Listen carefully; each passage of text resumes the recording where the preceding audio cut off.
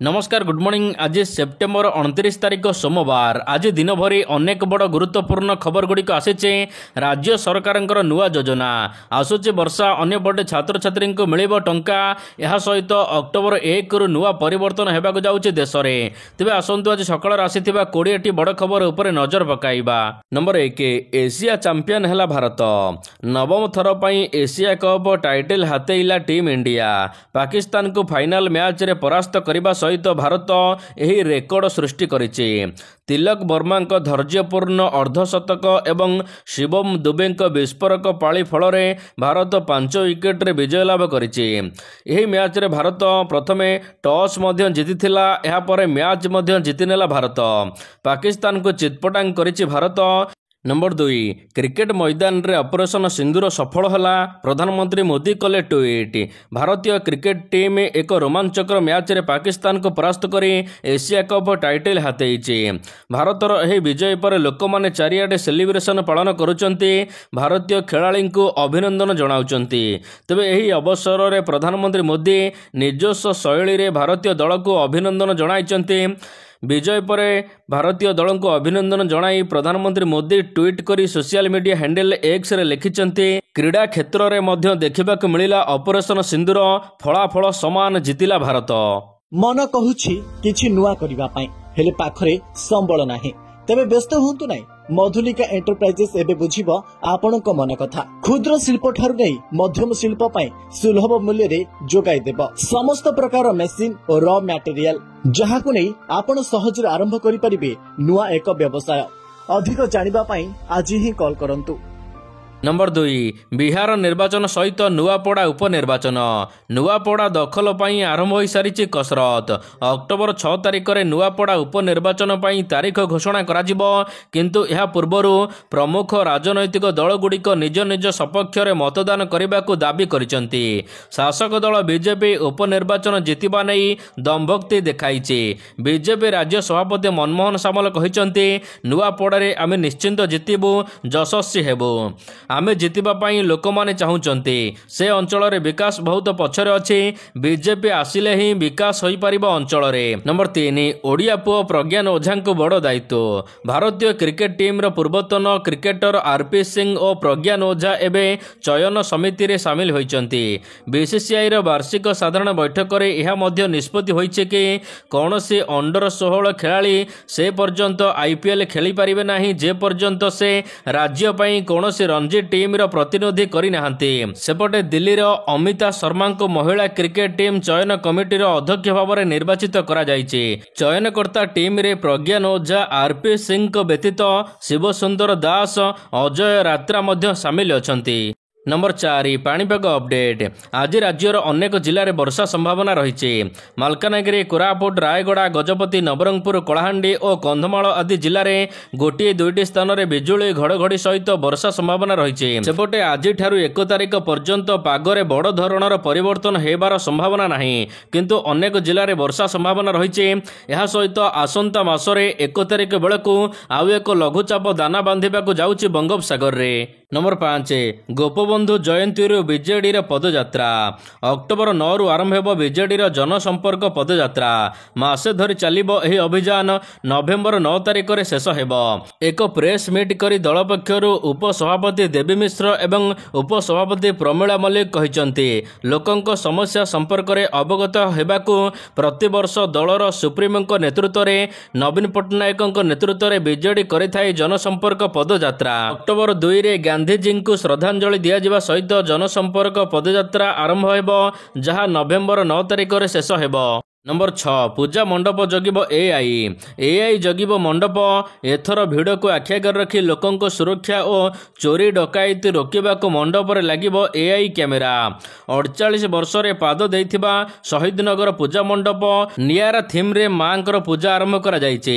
48 वर्ष रे पाद देइछि शहीदनगर पूजा मंडप। नंबर 7 मृतकंक परिवार को 20 लाख टंका क्षतिपूरण देबे विजय। चेन्नई प्राय 400 किलोमीटर दूर करूर रे ଅଭିନେତାରୁ ରାଜନେତା ପାଲଟିଥିବା ଥଲପତି ବିଜୟଙ୍କ ରାଲିରେ ଦଳାଚକଟା ହେବାରୁ 8 ଜଣ ପିଲାଙ୍କ ସମେତ 39 ଜଣଙ୍କର ମୃତ୍ୟୁ ହୋଇଛି। ଦଳାଚକଟା କାରଣ ଏବେ ବି ଅସ୍ପଷ୍ଟ ରହିଛି। ତେବେ ଏହି ଘଟଣାରେ ଗଭୀର ଶୋକ ପ୍ରକାଶ କରିବା ସହିତ କ୍ଷତିପୂରଣ ସହାୟତା ରାଶି ଘୋଷଣା କରିଛନ୍ତି ବିଜୟ। ପ୍ରତି ମୃତକଙ୍କ ପରିବାରକୁ 20 ଲକ୍ଷ ଟଙ୍କା ଲେଖା କ୍ଷତିପୂରଣ ଦେବାକୁ ସେ ଘୋଷଣା କରିଛନ୍ତି। ଏହା ସହିତ TVK ମୁଖ୍ୟ ତାଙ୍କ ଦଳ ପକ୍ଷରୁ କୁହାଯାଇଛି କି ଦୁର୍ଘଟଣାରେ ଆହତ ହୋଇଥିବା 100 ଜଣଙ୍କୁ 2 ଲକ୍ଷ ଟଙ୍କା ଲେଖା ସହାୟତା ଦିଆଯିବ। ଅନ୍ୟପଟେ ଏହି ଘଟଣାରେ ଗଭୀର ଶୋକ ପ୍ରକାଶ କରିଛନ୍ତି ପ୍ରଧାନମନ୍ତ୍ରୀ ମୋଦି ଏବଂ 2 ଲକ୍ଷ ଟଙ୍କା ପ୍ରତି ମୃତକଙ୍କୁ ସହାୟତା ରାଶି ଘୋଷଣା କରିଛନ୍ତି। ନମ୍ବର 8 ଦିନକ ପରେ ଛତ୍ର ଯାତ୍ରା। ଆସନ୍ତାକାଲି କଳାହାଣ୍ଡିର ଅଧିଷ୍ଠାତ୍ରୀ ଦେବୀ ମା ମାଣିକେଶ୍ୱରୀଙ୍କ ପ୍ରସିଦ୍ଧ ଛତ୍ର ଯାତ୍ରା ଅନୁଷ୍ଠିତ ହେବ। ଏହି ଯାତ୍ରାରେ ଲକ୍ଷାଧିକ ଭକ୍ତଙ୍କ ସମାଗମ ହୋଇଥାଏ। ହଜାର ହଜାର ସଂଖ୍ୟାରେ ମାନସିକଧାରୀମାନେ ବଳି ଦେଇ ଆସୁଥିବା ବେଳେ ଏହାକୁ ନେଇ ପ୍ରସ୍ତୁତି ଚାଲିଛି। ତେବେ ଆସନ୍ତାକାଲି ମା ମାଣିକେଶ୍ୱରୀଙ୍କର ପ୍ରସିଦ୍ଧ ଛତ୍ର ଯାତ୍ରା ଅନୁଷ୍ଠିତ ହେବ। ତେବେ ମାନସିକଧାରୀମାନେ ଏଠାରେ ବଳି ପକାଇଥାନ୍ତି। ଶହ ଶହ ସଂଖ୍ୟାରେ ମାନସିକଧାରୀମାନେ ବଳି ପକାଇବା ସହିତ ରକ୍ତ ରଞ୍ଜିତ ହୋଇଥାଏ ଯାତ୍ରାସ୍ଥଳୀ। ତେବେ ଏ ବର୍ଷ ସୁରକ୍ଷା ବ୍ୟବସ୍ଥା କଡ଼ାକଡ଼ି କରାଯିବା ସହିତ 10 ପ୍ଲାଟୁନ ପୋଲିସ ଫୋର୍ସ ମୁତୟନ ହୋଇଛନ୍ତି ଏବଂ CCTV ବ୍ୟବସ୍ଥା ମଧ୍ୟ କରାଯାଇଛି। ନମ୍ବର 9 ମହାନଦୀ ଜଳ ବିବାଦକୁ ନେଇ ବିବାଦୀୟ ବୟାନ। ମହାନଦୀ ପ୍ରସଙ୍ଗରେ ବିବାଦୀୟ ମନ୍ତବ୍ୟକୁ ନେଇ ସରକାରଙ୍କୁ କଡ଼ା ସମାଲୋଚନା କରିଛି ମହାନଦୀ ବଞ୍ଚାଓ ଆନ୍ଦୋଳନ। ମୁଖ୍ୟମନ୍ତ୍ରୀ ଏ ସମ୍ପର୍କରେ ସ୍ପଷ୍ଟୀକରଣ ରଖିବାକୁ ଦାବି କରିଛି ସଂଗଠନ। ମହାନଦୀ ଜଳ ବିବାଦ କୃତ୍ରିମ ଏବଂ ରାଜନୈତିକ ବୋଲି ଦିଆଯାଇଥିବା ମନ୍ତବ୍ୟ ବିରୋଧରେ ସୁପ୍ରିମକୋର୍ଟଙ୍କ ଦ୍ୱାରସ୍ଥ ହେବେ ବୋଲି ମହାନଦୀ ବଞ୍ଚାଓ ଆନ୍ଦୋଳନ ଦେଇଛି ଚେତାବନୀ। ବିବାଦୀୟ ମନ୍ତବ୍ୟକୁ ନେଇ ପ୍ରତିକ୍ରିୟାଶୀଳ ହୋଇଛି ମହାନଦୀ ବଞ୍ଚାଓ ଆନ୍ଦୋଳନ। ନମ୍ବର 10 ଶ୍ରୀମୟୀ ମିଶ୍ରଙ୍କ ସୋସିଆଲ ମିଡିଆ ପୋଷ୍ଟକୁ ନେଇ ଚର୍ଚ୍ଚା। ନୋ ପୋଟିଜମ୍ କଥା କହିଲେ ପୂର୍ବତନ ବିଜେଡି ନେତ୍ରୀ। ରାଜନୀତିରେ ଯୋଗ୍ୟତା ଏବଂ ପ୍ରତିଭାକୁ ଅଣଦେଖା ବ୍ୟକ୍ତିଗତ ସମ୍ପର୍କକୁ ଅଗ୍ରାଧିକାର ଦିଆଯାଉଥିବା ଅଭିଯୋଗ ଆଣିଛନ୍ତି। ଶ୍ରୀମୟୀ କହିଛନ୍ତି ନୋ ପୋଟିଜମ୍ ଅର୍ଥାତ୍ ସ୍ୱଜନ ପୋଷଣ ଏକ ଏଭଳି ସାମାଜିକ ଏବଂ ରାଜନୈତିକ ଅଭ୍ୟାସ ଯାହା ଯୋଗ୍ୟତା ଏବଂ ପ୍ରତିଭାକୁ ଅଣଦେଖା କରି ଆତ୍ମୀୟତା ବନ୍ଧୁତା ବା ବ୍ୟକ୍ତିଗତ ସମ୍ପର୍କକୁ ଅଗ୍ରାଧିକାର ଦିଏ, ଯାହା ସମାଜରେ ଅନେକ କ୍ଷେତ୍ରରେ ଯଥା ରାଜନୀତି, ଶିକ୍ଷା, ଚାକିରି ଏବଂ କଳା ଜଗତରେ ପ୍ରକୃତ କଳାକାରମାନଙ୍କୁ ସୁଯୋଗରୁ ବଞ୍ଚିତ କରାଯାଏ। ନମ୍ବର 11 ଅକ୍ଟୋବର 2ରୁ କଂଗ୍ରେସର ପଦଯାତ୍ରା। ଜିଲ୍ଲା କଂଗ୍ରେସ ସଭାପତି ଭାବରେ ଜି ଶ୍ରୀନିବାସ ରାଓ ମନୋନୀତ ହୋଇଛନ୍ତି। ଜିଲ୍ଲାରେ 5ରୁ 6 ଜଣ ପ୍ରମୁଖ ଦାବିଦାର ରହିଥିବା ବେଳେ ସମସ୍ତଙ୍କୁ ପଛରେ ପକାଇ ଶ୍ରୀନିବାସ ଏହି ପଦବୀ ହାସଲ କରିଛନ୍ତି, ସଫଳ ହୋଇଛନ୍ତି। ତେବେ ଏହା ପୂର୍ବରୁ ତାଙ୍କୁ କିଛି ମାସ ପାଇଁ ଅନ୍ତରୀଣ ସଭାପତି ପଦରେ ଅବସ୍ଥାପିତ କରାଯାଇଥିଲା। ଗତକାଲି ଜିଲ୍ଲା କଂଗ୍ରେସ ଭବନରେ ତାଙ୍କୁ ସମ୍ବର୍ଦ୍ଧନା କରାଯାଇଛି। ଏହା ସହିତ ସେ ଏକ ଘୋଷଣା ମଧ୍ୟ କରିଛନ୍ତି। ଦାୟିତ୍ୱ ମିଳିବା ପରେ ସେ କହିଛନ୍ତି ଅକ୍ଟୋବର 2 ତାରିଖରୁ ମୋଟୁଠାରୁ ରାଜ୍ୟ ସଭାପତିଙ୍କ ନେତୃତ୍ୱରେ ପଦଯାତ୍ରା କରାଯିବ। ଏକ ସାମ୍ବାଦିକ ସମ୍ମିଳନୀରେ ଏନେଇ ମାଲକାନଗିରି କଂଗ୍ରେସ ମୁଖ୍ୟ ଘୋଷଣା କରିଛନ୍ତି। ନମ୍ବର 12 ୟୁନେସ୍କୋ ତାଲିକାରେ ସାମିଲ ହେବ ଛଟ୍ ପୂଜା। ନବରାତ୍ରିର ପବିତ୍ର ପାର୍ବଣ ମଧ୍ୟରେ ମନ୍ କି ବାତ୍ କାର୍ଯ୍ୟକ୍ରମର 126ତମ ଏପିସୋଡକୁ ସମ୍ବୋଧିତ କରି ପ୍ରଧାନମନ୍ତ୍ରୀ ନରେନ୍ଦ୍ର ମୋଦି ପଶ୍ଚିମବଙ୍ଗର ଦୁର୍ଗାପୂଜା ମଣ୍ଡପଗୁଡ଼ିକ ବିଷୟରେ କହିଛନ୍ତି। ସେ କହିଛନ୍ତି ଯେ ଭାରତ ସରକାରଙ୍କର ପ୍ରୟାସ ଯୋଗୁଁ କୋଲକାତାର ଦୁର୍ଗା ପୂଜାକୁ ୟୁନେସ୍କୋ ତାଲିକାରେ ସାମିଲ କରାଯାଇଛି। ଏହା ସହିତ ଆଗକୁ ବିହାରର ଛଟ୍ ପୂଜାକୁ ମଧ୍ୟ ସାମିଲ କରାଯିବ ୟୁନେସ୍କୋ ତାଲିକାରେ। ନମ୍ବର 13 ଗିରଫ ହେଲେ ବାବା ଚୈତନ୍ୟ ନନ୍ଦ। ଶେଷରେ ଗିରଫ ହୋଇଛନ୍ତି ବିବାଦୀୟ ଗଡମ୍ୟାନ ସ୍ୱାମୀ ଚୈତନ୍ୟ ନନ୍ଦ ସରସ୍ୱତୀ। ଆଗ୍ରାରୁ ବାବାଙ୍କୁ ଗିରଫ କରିଛି ଦିଲ୍ଲୀ ପୋଲିସ। ବାବାଙ୍କୁ ଆଗ୍ରାର ଏକ ହୋଟେଲରୁ ଗିରଫ କରାଯାଇଥିବା ବେଳେ ଗତକାଲି ତାଙ୍କୁ କୋର୍ଟରେ ହାଜର କରାଯିବ। ତେବେ ଦିଲ୍ଲୀ ପୋଲିସ ସ୍ୱାମୀଙ୍କଠାରୁ 2ଟି ନକଲି ପରିଚୟପତ୍ର ଜବତ କରିଛି। ଏହା ସହିତ ତାଙ୍କ ନିକଟରୁ 3ଟି ଫୋନ୍ ମଧ୍ୟ ମିଳିଛି, ଯାହା ମଧ୍ୟରୁ ଗୋଟିଏ ହେଉଛି ଆଇଫୋନ୍।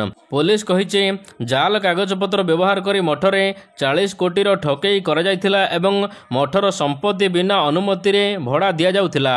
ଅନ୍ୟପଟେ ବାବାଙ୍କ ଉପରେ ଆସିଛି ଅନେକ ଯୌନ ଶୋଷଣ ଅଭିଯୋଗ। ନମ୍ବର 14 ଝିଅଙ୍କ ପାଇଁ ଖୁସି ଖବର। ଝିଅମାନଙ୍କ ପାଇଁ ଖୁସି ଖବର ଆଣିଛନ୍ତି ସରକାର। ଦିଲ୍ଲୀ ସରକାର ଘୋଷଣା କରିଛନ୍ତି ଯେ ଲାଡଲି ଯୋଜନାରେ ପ୍ରାୟ 40,000 ହିତାଧିକାରୀ ଅକ୍ଟୋବର 1ରେ ଆକାଉଣ୍ଟରେ ଟଙ୍କା ପାଇବେ। ତାଳକୋଟରା ଷ୍ଟାଡିୟମରେ ଏକ ସ୍ୱତନ୍ତ୍ର କାର୍ଯ୍ୟକ୍ରମରେ ଏହି ରାଶି ବଣ୍ଟନ କରାଯିବ। ଅନେକ ପରିବାର ଗତ କିଛି ମାସ ଧରି ପେମେଣ୍ଟ ଅପେକ୍ଷା କରିଛନ୍ତି। ଏହି ବିଳମ୍ବକୁ ଦୂର କରିବାକୁ ସରକାର ସମସ୍ତ ଜିଲ୍ଲାରେ ଏକ ସ୍ୱତନ୍ତ୍ର ଯାଞ୍ଚ ଅଭିଯାନ ଆରମ୍ଭ କରିଛନ୍ତି। ଝିଅ ଜନ୍ମ ବେଳେ ଟଙ୍କା ମିଳିବ ଘୋଷଣା ହୋଇଛି। ଯୋଜନା ଅଧୀନରେ ଜନ୍ମ ପାଇଁ 11,000 ଟଙ୍କା, ଘରେ ଜନ୍ମ ପାଇଁ 10,000 ଟଙ୍କା ପ୍ରଦାନ କରାଯାଉଛି। ଏହା ସହିତ 1 ଶ୍ରେଣୀଠାରୁ ଆରମ୍ଭ କରି ନବମ, ଦଶମରେ ପାଠପଢ଼ା ପ୍ରବେଶ କଲେ 5,000 ଟଙ୍କା ଲେଖା ମିଳିବ। ନମ୍ବର 15 ପୂର୍ଣ୍ଣ ଶିକ୍ଷିତ 3 ରାଜ୍ୟ ମିଜୋରାମ, ଗୋଆ ଏବଂ ତ୍ରିପୁରା।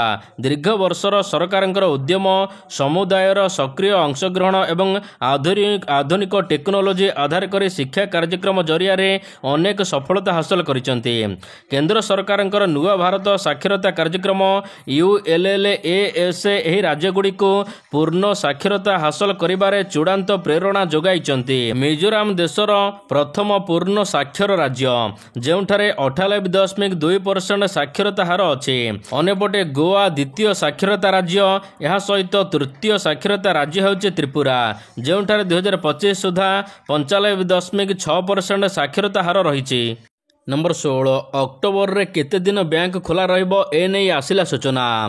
ଦଶହରା ଠାରୁ ଦୀପାବଳି ପର୍ଯ୍ୟନ୍ତ ଅନେକ ପ୍ରମୁଖ ପର୍ବ ଅକ୍ଟୋବରରେ ପଡ଼ୁଛି, ଯାହାଫଳରେ ବ୍ୟାଙ୍କ ଛୁଟି ସଂଖ୍ୟା ଯଥେଷ୍ଟ ବୃଦ୍ଧି ପାଇଛି। ଭାରତୀୟ ରିଜର୍ଭ ବ୍ୟାଙ୍କ RBIର ତଥ୍ୟ ଅନୁସାରେ ସାରା ଦେଶରେ ଅକ୍ଟୋବର ମାସରେ ବ୍ୟାଙ୍କଗୁଡ଼ିକ ମୋଟ 21 ଦିନ ପାଇଁ ବନ୍ଦ ରହିବ। ଏଥିରେ ଅନେକ ପୂଜା ରହିଛି। ତେବେ ଦିଲ୍ଲୀ, ମହାରାଷ୍ଟ୍ର, କର୍ଣ୍ଣାଟକ, ଓଡ଼ିଶା, ପଶ୍ଚିମବଙ୍ଗ ଏବଂ ତାମିଲନାଡୁ ଭଳି ପ୍ରମୁଖ ରାଜ୍ୟଗୁଡ଼ିକରେ ଅଧିକ ଛୁଟି ରହୁଛି। ଅକ୍ଟୋବର 2 ତାରିଖରେ ଗାନ୍ଧୀ ଜୟନ୍ତୀ। ନମ୍ବର 17 ଅକ୍ଟୋବର ମାସରେ ବଦଳିବ ଅନେକ ନିୟମ। ଅକ୍ଟୋବର ମାସରୁ ଅନେକ ପରିବର୍ତ୍ତନ ହେବାକୁ ଯାଉଛି ଦେଶରେ। ଅକ୍ଟୋବର 1ରେ ଟ୍ରେନ୍ ଟିକେଟ୍ ଏବଂ ପେନ୍ସନ୍ ଠାରୁ ଆରମ୍ଭ କରି UPI ଗ୍ୟାସ୍ ସିଲିଣ୍ଡର ପର୍ଯ୍ୟନ୍ତ ଅନେକ ନିୟମ ପରିବର୍ତ୍ତନ ହେବାକୁ ଯାଉଛି। ଅକ୍ଟୋବର 1 ତାରିଖ ଠାରୁ LPG ମୂଲ୍ୟ ପରିବର୍ତ୍ତନ ହେବ। ଅନ୍ୟପଟେ ଟ୍ରେନ୍ ଟିକେଟ୍ ଜାଲିଆତି ରୋକିବାକୁ ନୂଆ ନିୟମ ଅକ୍ଟୋବର 1ରୁ ଲାଗୁ ହେବାକୁ ଯାଉଛି। IRCTC ସହିତ ଆଧାର କାର୍ଡ଼ ଲିଙ୍କ ଥିବା ବ୍ୟକ୍ତିମାନେ ଟିକେଟ୍ କାଉଣ୍ଟର ଖୋଲିବାର 15 ମିନିଟ୍ ମଧ୍ୟରେ ଟିକେଟ୍ ବୁକିଂ କରିପାରିବେ। ନମ୍ବର 18 ପାକିସ୍ତାନକୁ ପାନେ ଦେଲେ ଜୟଶଙ୍କର। ପାକିସ୍ତାନ ଉପରେ ବର୍ଷିଲେ ବୈଦେଶିକ ମନ୍ତ୍ରୀ ଜୟଶଙ୍କର। ଆତଙ୍କବାଦ କେନ୍ଦ୍ରସ୍ଥଳୀ କହି ପାକିସ୍ତାନକୁ କଡ଼ା ଭର୍ତ୍ସନା କରିଛନ୍ତି। ପହଲଗାମରେ ହୋଇଥିବା ଆକ୍ରମଣ ଏବଂ ଏହାର ଜବାବରେ ଭାରତ କରିଥିବା ଅପରେସନ ସିନ୍ଦୁର ବାବଦରେ ମଧ୍ୟ ଜାତିସଂଘରେ ଗୋଟି ଗୋଟି କରି ବର୍ଣ୍ଣନା କରିଥିଲେ ଜୟଶଙ୍କର। ସେ କହିଥିଲେ, ଭାରତ ଆରମ୍ଭରୁ ଆତଙ୍କବାଦକୁ ବିରୋଧ କରି ଆସୁଛି। ଯଦି ଦେଶ ଭିତରେ ପଶି କେହି ଭାରତର ଲୋକମାନଙ୍କୁ ଆକ୍ରମଣ କରିବ, ତେବେ ଭାରତର ସେନା ତାହାର ଦୃଢ଼ ଜବାବ ଦେବ, ଯେପରି ଅପରେସନ ସିନ୍ଦୁର ମାଧ୍ୟମରେ କରାଯାଇଥିଲା। ନମ୍ବର 19 ମୁଖ୍ୟମନ୍ତ୍ରୀଙ୍କୁ ଭେଟିଲେ ମମତା ମେହର ହତ୍ୟା ମାମଲାର ଅଭିଯୁକ୍ତର ପରିବାର। ମୁଖ୍ୟମନ୍ତ୍ରୀଙ୍କ ବାସଭବନରେ ମୁଖ୍ୟମନ୍ତ୍ରୀ ମୋହନ ଚରଣ ମାଝୀଙ୍କୁ ବହୁଚର୍ଚ୍ଚିତ ମମିତା ମେହର ହତ୍ୟା ମାମଲାରେ ଅଭିଯୁକ୍ତ ଗୋବିନ୍ଦ ସାହୁଙ୍କ ପରିବାର ଭେଟିଛନ୍ତି। CBI ତଦନ୍ତକୁ ନେଇ ମୁଖ୍ୟମନ୍ତ୍ରୀଙ୍କୁ ଗୁହାରି କରିଛନ୍ତି। ପୂର୍ବତନ ବିରୋଧୀ ଦଳ ନେତା ତଥା ପୂର୍ବତନ ଭବାନୀପାଟଣା ବିଧାୟକ ପ୍ରଦୀପ କୁମାର ନାୟକଙ୍କ ନେତୃତ୍ୱରେ ଗୋବିନ୍ଦ ସାହୁଙ୍କ ପରିବାର ଏକ ଟିମ୍ ମୁଖ୍ୟମନ୍ତ୍ରୀଙ୍କୁ ଭେଟିଛନ୍ତି। ମୃତ ଗୋବିନ୍ଦ ସାହୁଙ୍କ ସ୍ତ୍ରୀ, ଝିଅ ମୁଖ୍ୟମନ୍ତ୍ରୀଙ୍କୁ ଭେଟିଛନ୍ତି। ଉଭୟ ମା ଝିଅ ତତ୍କାଳୀନ ଗୃହ ରାଷ୍ଟ୍ରମନ୍ତ୍ରୀଙ୍କୁ ଦାୟୀ କରିଛନ୍ତି। କ୍ୟାପ୍ଟେନ ଦିବ୍ୟଶଙ୍କର ମିଶ୍ର ଏବଂ ତାଙ୍କ କୁଚକ୍ରୀ ଗୋଷ୍ଠୀଙ୍କ ଦ୍ୱାରା କରାଯାଇଥିବା ହତ୍ୟା ଧମକ ପାଇଁ ମୁଖ୍ୟମନ୍ତ୍ରୀଙ୍କୁ ସେ ସୁରକ୍ଷା ମାଗିଛନ୍ତି। ନମ୍ବର 20 BCCIକୁ ମିଳିଲା ନୂଆ ଅଧ୍ୟକ୍ଷ। BCCIକୁ ମିଳିଲା ନୂଆ ଅଧ୍ୟକ୍ଷ। ଗତ କିଛି ମାସ ହେବ ଏନେଇ ଅନେକ ଆଲୋଚନା ଓ ଚର୍ଚ୍ଚା ଚାଲିଥିବା ବେଳେ ଗତକାଲି ଅଧ୍ୟକ୍ଷଙ୍କ ନାମ ଘୋଷଣା କରାଯାଇଛି। ଗତକାଲି ମୁମ୍ବାଇରେ ଅନୁଷ୍ଠିତ ବାର୍ଷିକ ସାଧାରଣ ବୈଠକରେ ନୂଆ ନେତୃତ୍ୱ କାର୍ଯ୍ୟନିର୍ବାହୀ କମିଟି ଘୋଷଣା କରିଛି BCCI। ନୂତନ BCCI ଦଳରେ ମିଥୁନ ମହ୍ନାସଙ୍କୁ ଅଧ୍ୟକ୍ଷ ଭାବରେ ନିର୍ବାଚିତ କରାଯାଇଛି। ଏହା ସହିତ ରାଜୀବ ଶୁକ୍ଳା ଉପସଭାପତି, ଦେବଜିତ ସାଇକିଆଙ୍କୁ ସଚିବ କରାଯାଇଛି। ଏହା ସହିତ ପ୍ରଭଜିତ ସିଂ ଭାଟିଆଙ୍କୁ ଯୁଗ୍ମ ସଚିବ ଭାବରେ ନିର୍ବାଚିତ କରାଯାଇଛି। ଏହା ସହିତ ରଘୁରାମ ଭଟ୍ଟ କୋଷାଧ୍ୟକ୍ଷ ହୋଇଛନ୍ତି।